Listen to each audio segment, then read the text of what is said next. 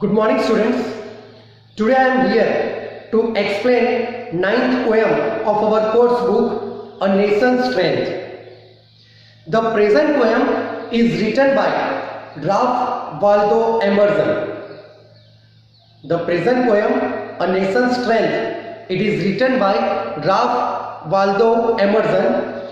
Ralph Emerson, he was an American essayist, a lecturer and a poet. He has written this poem A Nation's Strength. I repeat, A Nation's Strength. It is a poem written by Ralph Waldo Emerson. Ralph Waldo Emerson, he was an American essayist, lecturer and poet. The theme of the present poem is patriotism. In this poem, the poet has shown us patriotism, love for the country. The present poem conveys a lesson that the goodness or the well-being of the country, it depends on its citizens. See that the lesson that the poem conveys is that a country is only as good as its citizens are. This clearly suggests us that the country's progress or the country's well-being, it depends on its citizens. On the basis of how the citizens are, the country's well-being is dependent. In this poem, Ralph Waldo Emerson makes several questions to clarify what he wants to say. When we read the poem, when we go through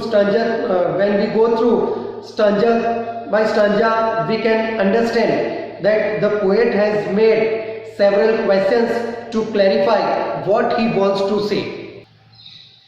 Let's see the first stanza of the poem, A Nation's Strength. The first stanza is, what makes a nation's pillars high and its foundation strong? What makes it mighty to defy the foes that round it throng?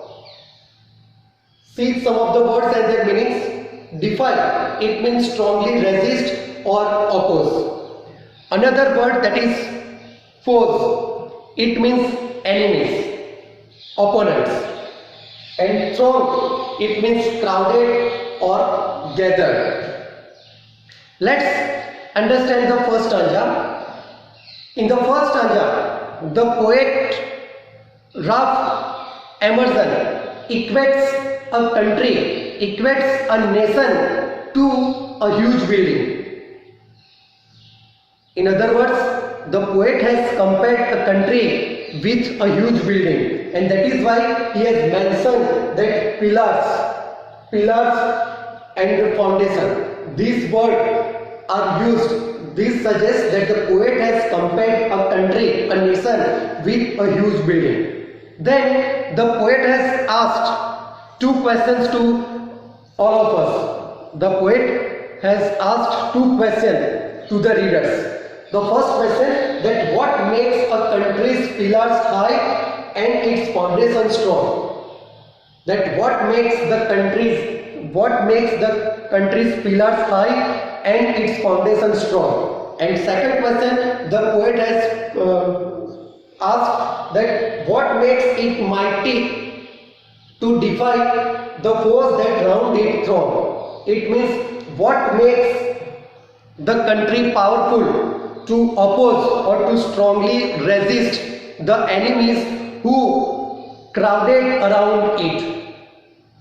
So in the very first stanza, the poet equates a country to a huge building. The poet has compared a country, a nation, with a huge building, and he asked two questions. First, that what makes the nation's pillars high and its foundation strong? And second question, that what makes it powerful? Mighty, it means powerful. What makes it powerful to strongly oppose the enemies who crowded around it. Thank you, students.